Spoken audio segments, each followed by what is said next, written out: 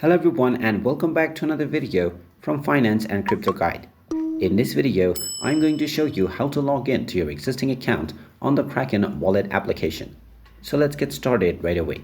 In order to log in to your existing account, first of all go ahead and open up the Kraken wallet application on your device. Now wait for a while until it is fully loaded, and now you will see various options within the app, and you can also find the create account button if you don't have an account already.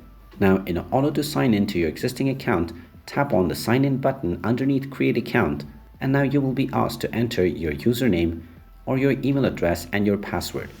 You can use either one of your username or your email address to log in, so go ahead and type in your username or your email address followed by your password.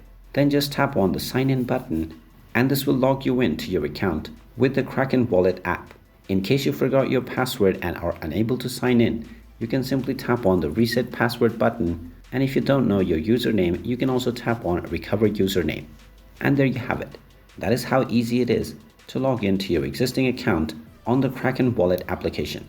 If you find this video helpful, make sure you hit that like button and subscribe to our channel if you haven't done so already. Also ring that notification bell to never miss another update from us. Thank you for watching, and I will see you again in the next video.